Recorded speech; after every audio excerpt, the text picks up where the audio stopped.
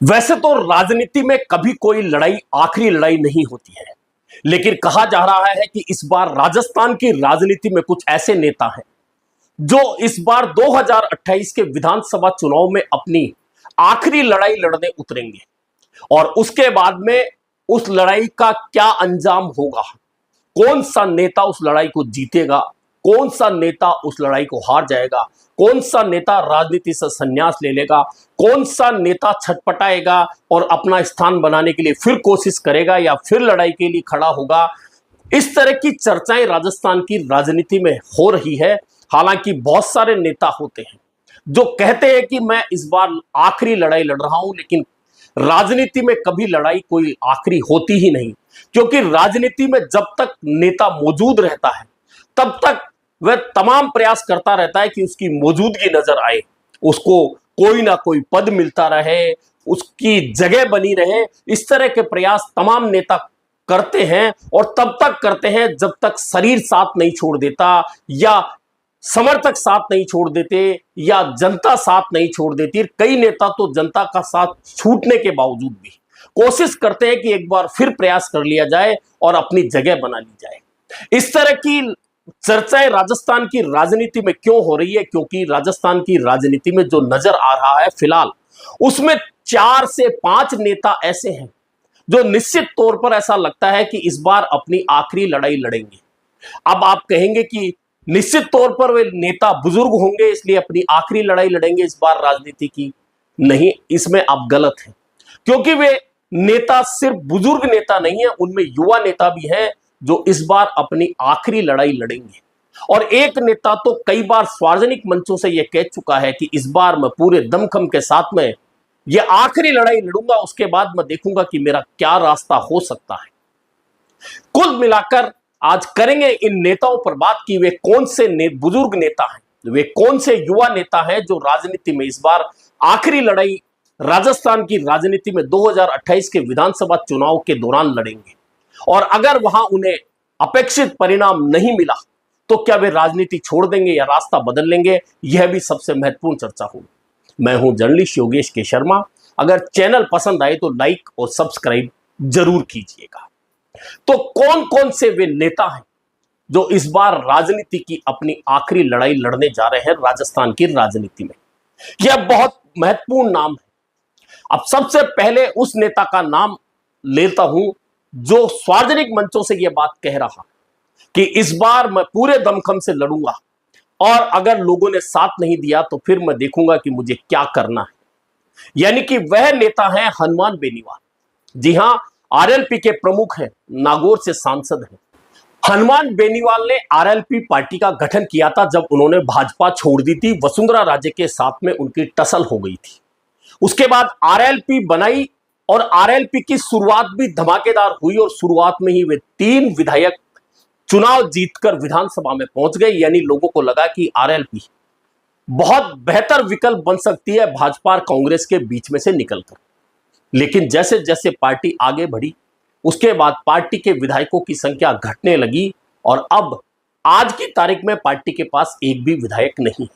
हालांकि यह सच है कि हनुमान बेनीवाल लोगों की लड़ाई लड़ रहे हैं। जहां कहीं भी उन्हें बुलाया जाता वे पहुंच जाते हैं। उनके साथ में समर्थकों की भीड़ है, उनके पास अंधे समर्थक हैं। लेकिन इससे कुछ नहीं होता। राजनीति में लड़ाई सिर्फ सांसद और विधायक होने से लड़ी जाती है। वे खुद सांसद हैं, इंडिया गठबंधन के सहयोग से जीते थे, उससे पहले भाजपा के सहयोग से गठबंधन के साथ जीते थे। यानी कि सांसद बनकर वे बहुत सारी जनता की मांगे संसद में उठाते, लोकसभा में उठाते हैं, लेकिन राज्य में उनके पास कोई विधायक नहीं है। और यह दर्द उनका कई बार निकलता है कि मैं इतने लोगों के लिए लड़ाई लड़ता हूं, हर जगह लड़ता हूं, लेकिन मेरे पास विधायक नहीं। और वे कई बार सार्वजनिक मंचों से कह चुके हैं कि इस बार 2028 के विधानसभा चुनाव में पूरे दमखम के साथ लड़ूंगा। अगर आप लोगों ने मेरा साथ नहीं दिया तो फिर मैं देखूंगा कि मुझे कौन सा रास्ता चुनना चाहिए। यानी कि यह हनुमान बेनीवाल की आखिरी लड़ाई कही जा रही है आरएलपी पार्टी के जरिए।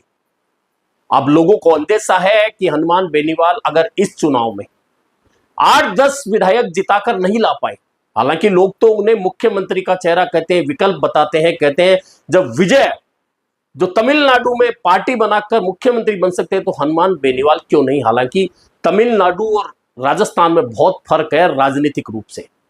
ऐसे में मुख्यमंत्री बनने की बात समर्थक कर सकते हैं, लेकिन मुख्यमंत्री बनना दूर, लेकिन अगर हनुमान बेनीवाल 5 से 7 विधायक भी जीत दिलवाकर विधानसभा तक ले आए, तो निश्चित मानिए कि आरएलपी पार्टी का एक बार पुनर्उदय होगा, ये तय मानिए।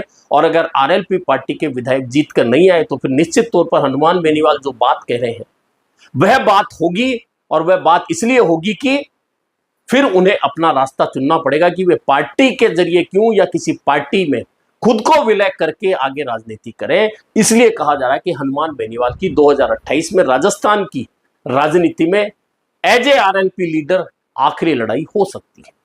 अब बात करते हैं दूसरे नेता की, तो दूसरे नेता हैं राजस्थान के 3 बार के मुख्यमंत्री रहे अशोक गहलोत। अब अशोक गहलोत हैं तो कांग्रेस के नेता, 3 बार मुख्यमंत्री, प्रदेश अध्यक्ष, पार्टी महासचिव, केंद्रीय मंत्री और बहुत सारे पदों पर रह चुके हैं। लेकिन 2028 उनके लिए आखिरी लड़ाई क्यों होगी? क्योंकि अब खुद अशोक गहलोत भी ये बात कहने लगे हैं कि मैं 3 बार मुख्यमंत्री बन चुका हूं, बहुत सारे पदों पर रह चुका हूं, अब मेरी बनने की कोई इच्छा नहीं है। क्योंकि वे बहुत अच्छी तरह से जानते हैं कि आज जो परिस्थितियां चल रही हैं, उन परिस्थितियों में अशोक गहलोत का मुख्यमंत्री बनना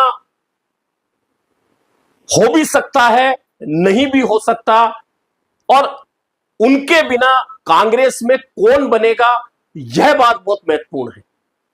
और यह आखिरी लड़ाई अशोक गहलोत की 2028 में क्यों होगी, यह बहुत महत्वपूर्ण है। इसलिए होगी क्योंकि इस समय जो कांग्रेस के हालात चल रहे हैं, उसमें एक बात तो तय है कि राजस्थान में अशोक गहलोत की जड़ें बहुत गहरी हैं, और उन गहरी जड़ों के जरिए वे पार्टी का अच्छा बुरा दोनों समय दिखा सकते हैं, यह तय है। और चूंकि इस समय सचिन पायलट वर्सेस अशोक गहलोत समर्थकों के बीच में, या दोनों नेताओं के बीच में जो द्वंद्व चल रहा है, उसमें दोनों ही नेताओं के लिए रास्ता आसान नहीं है। हालांकि बात अभी अशोक गहलोत की कर लेते हैं कि अशोक गहलोत आखिरी लड़ाई इसलिए लड़ेंगे कि अशोक गहलोत पहली कोशिश तो यह करेंगे कि कांग्रेस पार्टी जब सत्ता में आए, 100 सीटें 105 सीटें जीतकर आए, तो फिर मैं अपने समर्थक विधायकों के जरिए मुख्यमंत्री पद पर बैठूं और एक रिकॉर्ड कायम कर लूं कि चौथी बार मैं राजस्थान का मुख्यमंत्री बन गया। लेकिन दूसरा चांस यह है कि अगर अशोक गहलोत को मुख्यमंत्री बनने का चांस नहीं मिला, तो फिर उनकी कोशिश यह होगी कि वे किसी ऐसे चेहरे पर हाथ रखें, ऐसे कंधे पर हाथ रखें जो अशोक गहलोत की पाठशाला से निकलकर राजनीति में सफलता के सोपान तय कर रहा हो।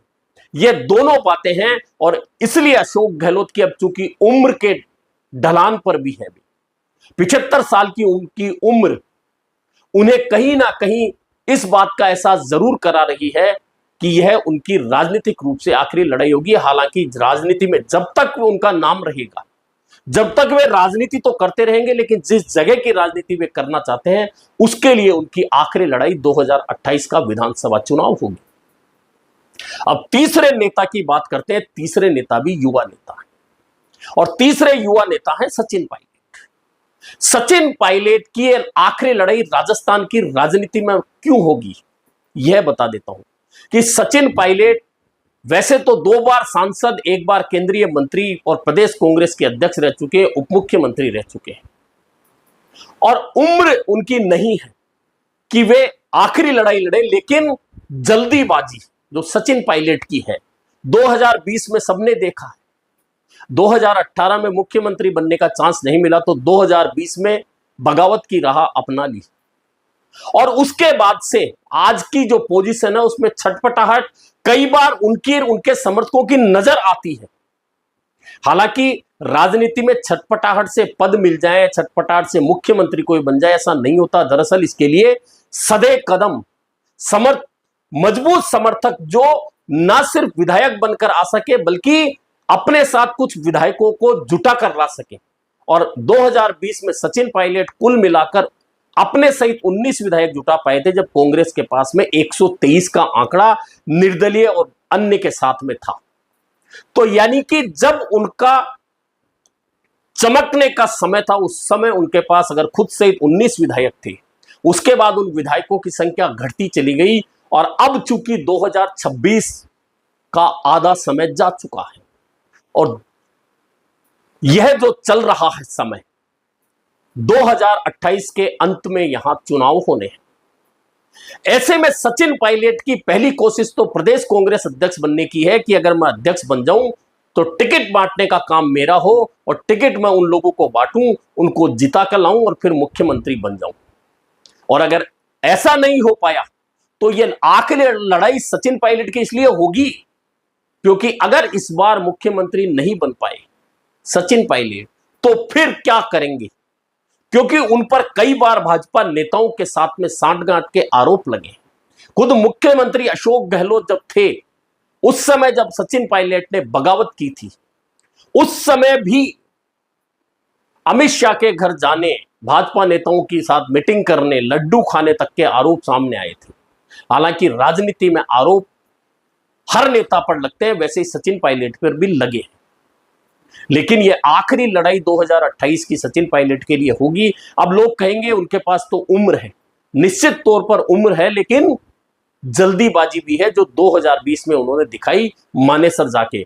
और किसी भी पार्टी का नेता जब वह प्रदेश अध्यक्ष हो, उप मुख्यमंत्री हो और इस तरह का कदम उठा लेता तो निश्चित मानिए वह कदम ताज जिंदगी राजनीतिक रूप से एक दाग के रूप में याद किया जाता है और वह हर जगह नुकसान का सौदा साबित होता है। इसलिए 2028 से पहले सचिन पायलट वे तमाम प्रयास करेंगे जो उन्हें कुर्सी की लड़ाई तक ले जाए, मुख्यमंत्री तक ले जाए। और अगर ऐसा नहीं होगा तो निश्चित मान के चलिए कि सचिन पायलट के लिए फिर आगे चलकर कांग्रेस की राजनीति में मुख्यमंत्री जैसा पद मिलना बहुत आसान काम नहीं होगा।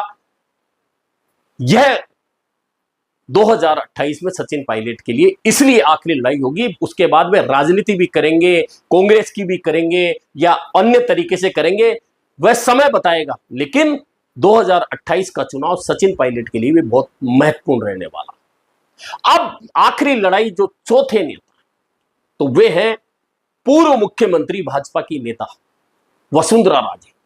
वैसे तो वसुंधरा राजे इस समय भी आखिरी लड़ाई ही लड़ रही है। अब तीसरी बार वे मुख्यमंत्री नहीं बन पाई, भजनलाल शर्मा मुख्यमंत्री बन गए। उसके बाद वसुंधरा राजे एक तरह से भाजपा की पूरी राजनीति से अलग थलग है। हालांकि गाहे बगाए मंचों पर उनकी मौजूदगी दिख जाती है, उनके बयान आ जाते हैं, उनके भाषण आ जाते हैं। कई बार प्रधानमंत्री, गृह मंत्री या अन्य नेताओं, बड़े नेताओं के साथ, पार्टी अध्यक्ष के साथ उनकी बैठकों की फोटो आ जाती है। लेकिन खुद वसुंधरा राजे और उनके समर्थक जानते हैं कि इस समय वसुंधरा राजे पार्टी में अलग थलग है। और 2028 में आखिरी लड़ाई वे क्यों लड़ेंगी, क्योंकि उम्र की दहलीज उनकी भी वैसी है जैसे अशोक गहलोत की है। उस उम्र की दहलीज में 2028 में वसुंधरा राजे कोशिश ये जरूर करेंगी कि इस बार एक बार फिर मैं पलट कर आऊं और फिर राजस्थान की राजनीति पर छा जाऊं। लेकिन चूंकि अभी सरकार चल रही है उसमें एंटी इनकम्बेंसी, और क्या 2028 से पहले ऐसा कोई चांस बनेगा जिसमें वसुंधरा राजे को भाजपा की ओर से नेतृत्व करने का चुनाव में मौका मिल जाए और उस मौके को भुनाते हुए वसुंधरा राजे तीसरी बार के लिए चांस ले लें। और अगर ऐसा नहीं हो पाता है तो फिर निश्चित मान के चलिए वसुंधरा राजे के लिए 2028 के बाद में सक्रिय राजनीति में बहुत कुछ बहुत ज्यादा नहीं बच पाएगा। ऐसे में इन जो चार नेताओं की चर्चा मैंने करी है, निश्चित मान के चलिएगा, चाहे हनुमान बेनीवाल हो, चाहे अशोक गहलोत हो, सचिन पायलट हो या वसुंधरा राजे हो, 2028 का चुनाव इन चारों नेताओं के लिए बहुत ज्यादा महत्वपूर्ण रहने वाला है। और यह चुनाव इन चारों नेताओं के लिए बाकी के समय की राजनीतिक दशा और दिशा तय करने वाला होगा। उस लड़ाई में इनमें से कौन सा नेता उभर कर सामने आ पाएगा और कौन सा हार मान के घर बैठ जाएगा, यह देखना काफी महत्वपूर्ण होने वाला है। अभी के लिए इतना ही, फिर मिलेंगे नए मुद्दे पर चर्चा के साथ।